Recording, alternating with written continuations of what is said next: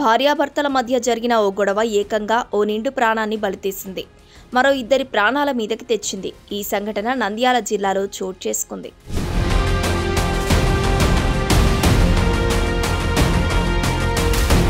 నంద్యాల పట్టణ కేంద్రంలోని హరిజనపేటకు చెందిన నాగమ్మ అనే వృద్ధురాలికి ముగ్గురు కొడుకులు ఉన్నారు.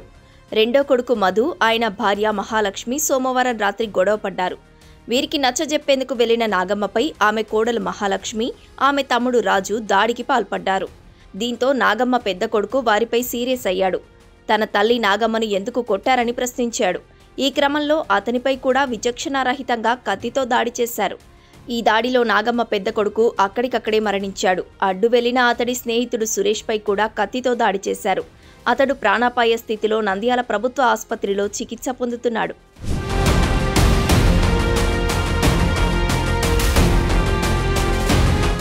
అక్క మహాలక్ష్మి కోసం తమ్ముడు రాజు చేసిన అరాచకం హరిజనపేటలో తీవ్ర విషాదాన్ని నింపింది.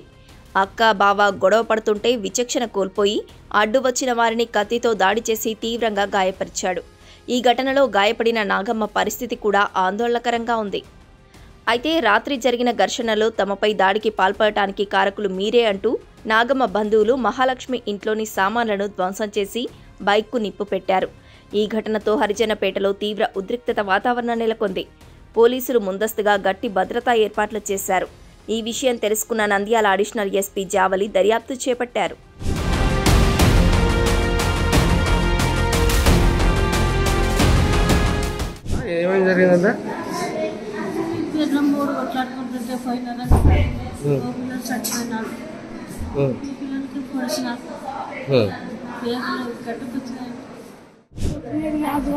ఎందుకు కొట్టినారు?